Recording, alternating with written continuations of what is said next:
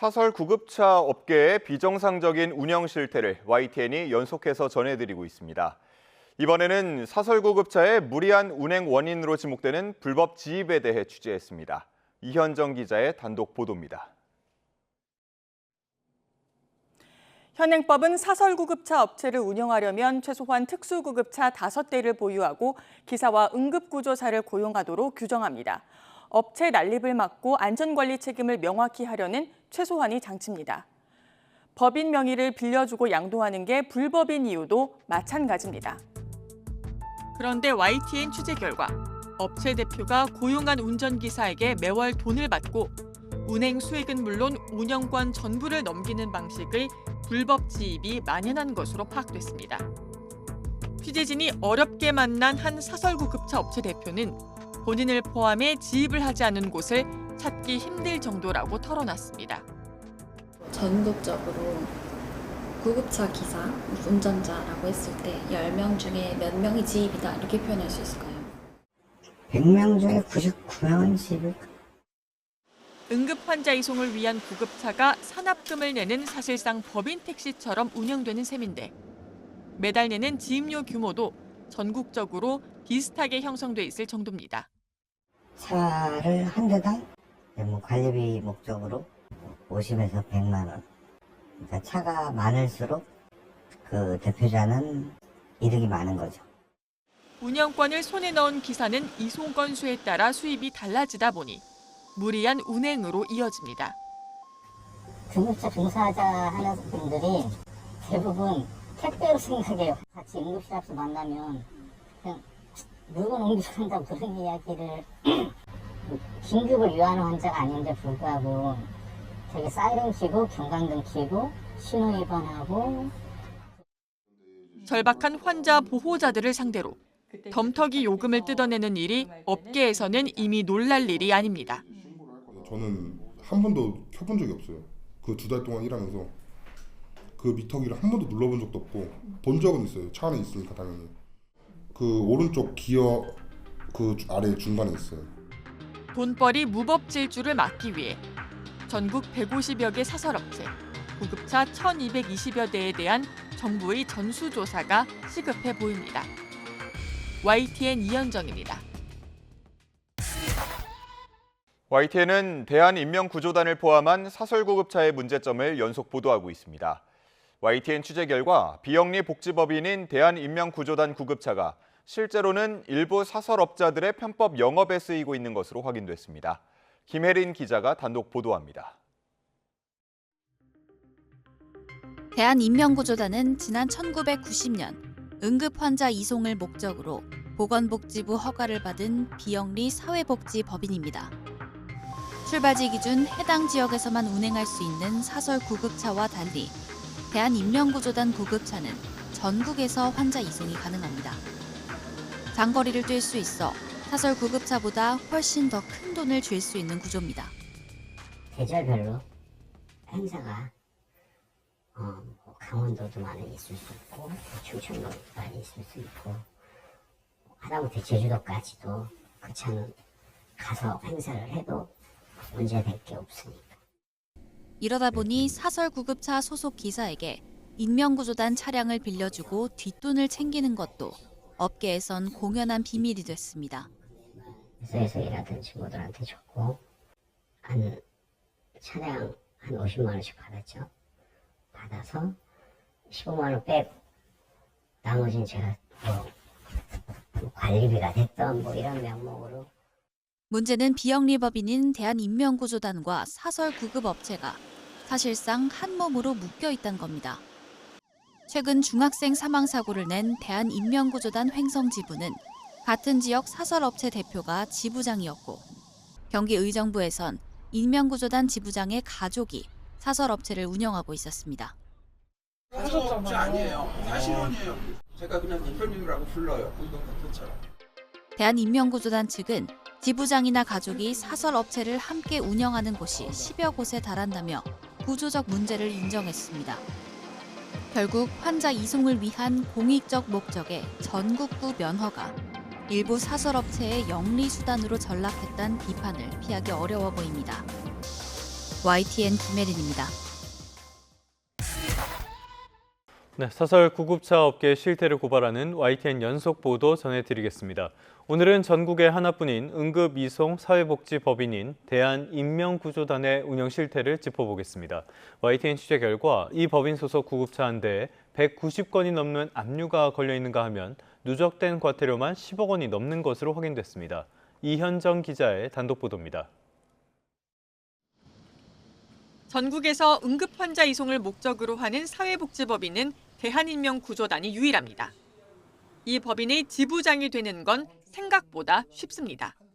구급차 단 2대와 사무실을 갖추면 누구나 지부장 직함을 달고 전국구 영업에 뛰어들 수 있습니다. 지부를 세우는 과정에서 지역에 따라 후원금으로 포장된 사실상 권리금이 오가기도 합니다. 시장성 좋은 데는 뭐 3천, 뭐 또 1,000, 또 조금 군 단위 조금 저기 한 데는 뭐 500, 그리고 않는 데도 있어요. 대가성이죠. 이처럼 문턱이 낮다 보니 전국 지부만 42곳, 소속 구급차만 80여 대가 넘는데도 정작 법인 본부 직원은 3명뿐입니다. 이러다 보니 곳곳에서 문제가 터지는데 실제 각 지부 구급차들이 교통 위반을 일삼으면서 법인 명의로 된 미납 과태료는 17억 원이나 쌓였습니다. 소속 구급차 한 대엔 압류가 무려 194건이나 잡히기도 했습니다. 법인 차는 운행 정지가 안 됩니다. 전국에 차량들이 있다 보니까 글로 대체 압류가 다 붙어요. 차가 새로 오면 오는 대로 다 대체 압류가 다 붙어버린다고. 각종 부채에 법인 명의 통장마저 압류당하자 오가는 대금은 법인 계좌와 대표 개인 계좌가 섞여 처리되기 일쑤입니다. 법인이 빚더미 속에서 사실상 통제력을 상실한 것 아니냐는 지적이 나오는데도 대한인명구조단은 뾰족한 대책도 없이 향후 지부와 구급차를 더 늘리겠다는 입장입니다. YTN 이현정입니다. 네, 사건 사고 소식입니다. 사설 구급차의 실태를 알아보는 YTN 연속 보도부터 전해드리겠습니다. 저희가 앞서 전해드린 중학생 참변뿐만 아니라 구급차 사고로 지난 5년 동안 수십 명이 목숨을 잃었고요. 부상자는 4천여 명이 넘는 것으로 집계됐습니다. 응급 환자를 위한 운행이 아닌 경우도 많아서 대책 마련이 시급해 보입니다. 김혜린 기자입니다. 서울 상봉동. 파란불에 교차로를 지나던 SUV를 사설 구급차가 그대로 들이받습니다. 구급차는 보행자를 덮쳤고 70대 여성은 끝내 숨졌습니다. 인천에서도 요양병원으로 향하던 사설 구급차가 신호 위반 사고를 내 90대 환자가 숨졌습니다. 경찰은 두 사고 모두 구급차가 신호를 어겨가며 달릴 급박한 상황은 아니었다고 판단했습니다. 응급 상황이 아닌데도 사이렌부터 켜는 사설 구급차들 때문에 시민들은 이 구급차에 대한 신뢰를 잃고 진짜 위급한 순간에 양보하기를 주저하는. 환자를 살리겠다며 위험천만 운전을 하다 되려 사람 목숨을 앗아가는 구급차 사고는 해마다 수십 건씩 발생합니다. 보험개발원을 통해 11개 보험사에 접수된 구급차 사고 통계를 받아봤습니다. 먼저 사망자부터 보겠습니다. 지난 2021년 4명, 지난해에는 9명이나 숨졌는데 최근 5년간 20명 넘게 목숨을 잃었습니다. 부상자는 어떨까요? 해마다 수백 명, 지난 5년 동안 무려 4,400여 명이 다쳤습니다. 차량이 대부분 파손된 대형 사고만 해도 매년 수십 건씩 발생했습니다. 사고 유형별로 보면 신호 위반이 가장 많았습니다. 구급차가 사고를 내거나 당한 경우가 모두 포함된 집계인데 문제는 반복적으로 사고를 내도 사설업체에 가할 수 있는 마땅한 제재가 없다는 겁니다. 규제 사각지대에 있는 게 사실이고요. 응급의료 체계에 불필요한 존재라고 생각하면 책임과 의무를 부과하고 그에 따른 양질의 서비스를 제공할 수 있도록 지도 감독하는 게 보건복지부의 역할이 아닐까. 보건복지부는 운행 중 사고를 낸 사설 구급차 업체에 불이익을 주는 방안을 검토하고 있다고 밝혔지만 실효성 있는 대책이 언제쯤 마련될지에 대해서는 명확한 답을 주지 않고 있습니다.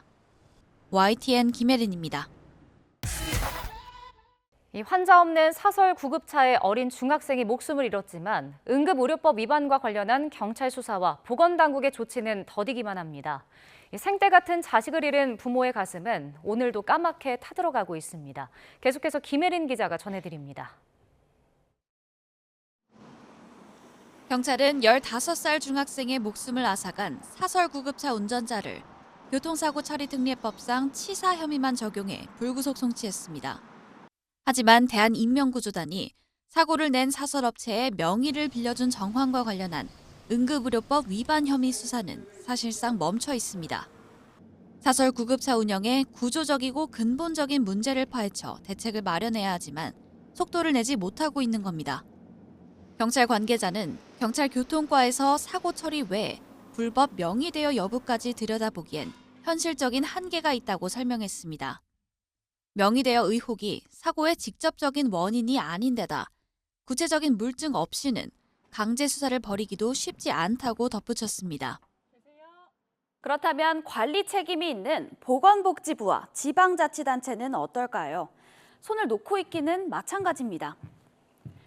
먼저 복지부는 법인 설립 인가만 내주었을 뿐 지도 감독 권한은 서울시에 맡겼다는 입장입니다.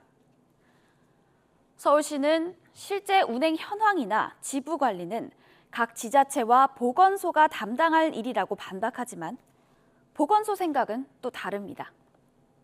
우리가 이 법인에 대해서 제재할 수 있는 근거가 너무도 미약하다. 계속 복지부에다 얘기하거든요. 서울시에서 걔네 없애. 우리는 법 못 받고.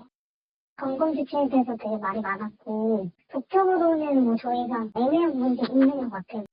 명의를 주고받으며 난폭운전으로 사망사고가 나도 여기에 책임을 물을 명확한 기관이 없단 얘기입니다. 그러는 사이 부모는 아직도 아들의 이름을 부르고 또 부르며 누군가는 이 무참한 죽음의 이유를 꼭 밝혀달라 호소하고 있습니다. 매일 자기 전에 여기 와서 만나는 친구들 들어갔어요. 보고 싶고 소금 갔다가 오니까. YTN 김혜린입니다. 사설기관에서 운영하는 구급차는 의료 공백을 보완하고 한 명의 생명이라도 더 살리기 위해서 도입됐습니다. 하지만 잦은 사고에 관리 사각지대라는 지적이 많았는데요. YTN이 사설 구급차의 실태를 집중 취재했습니다. 먼저 하루아침에 중학생의 목숨을 앗아간 사고의 배경에 어떤 편법 영업이 있었는지 고발합니다. 이현정 기자의 단독 보도입니다. 지난 4월 강원도 원주. 평소처럼 학원으로 향하던 중학생이 사설 구급차에 치여 숨졌습니다. 구급차는 환자도 없이 시속 60km 구간을 시속 91km로 질주하다 다른 차량과 충돌한 뒤 인도를 덮쳤습니다. 그냥 걸어가다가 그냥 그렇게 사고를 당하는 이렇게 말도 안 되는 속도를 줄이고 좌우로 살폈어야죠. 아픈데 하나 없는 건강한 애를 그렇게. 당시 구급차는 사고가 난 원주에서 강릉으로 향해 환자를 태운 뒤 다시 서울에 있는 한 대형 병원으로 이동할 계획이었습니다. 경찰은 사고 책임을 물어 사설 구급차 운전자를 교통사고 처리 특례법상 치사 혐의로 불구속 송치했습니다. 하지만 어린 학생의 목숨을 앗아간 직접적인 원인으로 꼽히는 난폭 운전 혐의는 무죄로 봤습니다. 환자를 태우러 이동하는 시점부터 긴급성이 인정된다는 보건복지부의 유권 해석에 따라 긴급자동차 특례를 적용한 겁니다. 사고로 훼손된 나무에는 교복 단추가 빼곡히 붙어 있습니다. 숨진 아이를 기억하는 친구들이 애도의 마음을 담아 남겨둔 겁니다. YTN 취재 결과 사고를 낸 구급차는 비영리 사회복지법인인 대한인명구조단 횡성지부 소속이었습니다. 그런데 정작 이송지 씨는 엉뚱한 사설구급차 업체에서 내려왔고 최근까지 운전자의 4대 보험과 급여도 해당 업체에서 내준 것으로 확인됐습니다. 어쨌든 4대 보험을 안에 들어놓고 기사가 뭐 100% 채워주진 않을 경우에 이렇게 태우고 그런 모양이에요. 사실상 사설업체의 돈벌이에 대한인명구조단 구급차가 쓰이는 것으로 응급의료법 위반에 해당할 가능성이 큽니다. 결국 불법 운행되던 구급차에 10대 학생이 목숨을 잃었을 수도 있는 건데 이를 규명하고 관리할 수사기관과 보건당국은 아직까지 마땅한 대응책을 내놓지 않고 있습니다. YTN 이현정입니다.